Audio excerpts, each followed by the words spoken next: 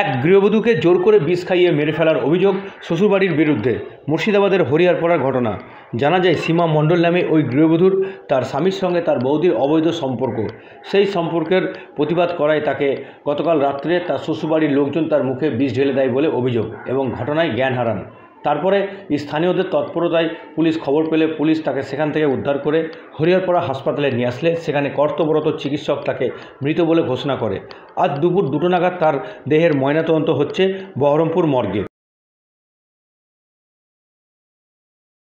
হয়েছিল বলতে গেলে মেয়েটার যে স্বামী আছে তার বন্ধুর সঙ্গে অবৈধ সম্পর্ক, সেটা প্রতিবাদ করার জন্য এর উপর টর্চার করে হচ্ছে ওকে বিষ ঢেলে একে ঘর লাগিয়ে।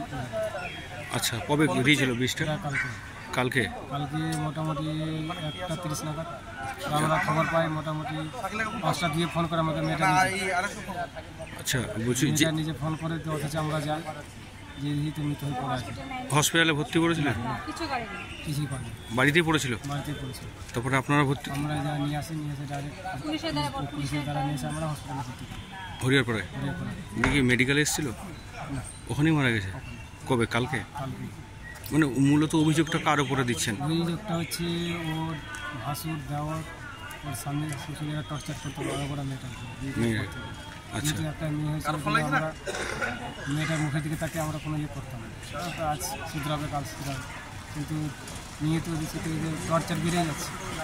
তারপরে মেয়েটা চাপা ছিল, বলতে না হয়তো কাউকে, কালকে মানে যে মারা গেছে তার নাম সীমা মণ্ডল। মানে ওর স্বামীর সঙ্গে ওর আচ্ছা, মানে সীমার স্বামীর সঙ্গে? হ্যাঁ, সীমার স্বামীর সঙ্গে এটা প্রতিবাদ করার জন্য ওকে আছে এই অবস্থা। মানে মুখে বিষ ঢেলে দিয়েছে? মুখে বিষ ঢেলে বাড়ি ঘর লাগিয়ে আর পালিয়ে বাচ্চা নিয়ে পালিয়ে। আচ্ছা, তো আপনারা কি অভিযোগ করেছেন? হ্যাঁ, থানায় আমরা অভিযোগ করছি। ওদের পরিবারের সবার নামে? আপনার নাম? আমার নাম অরবিন্দ।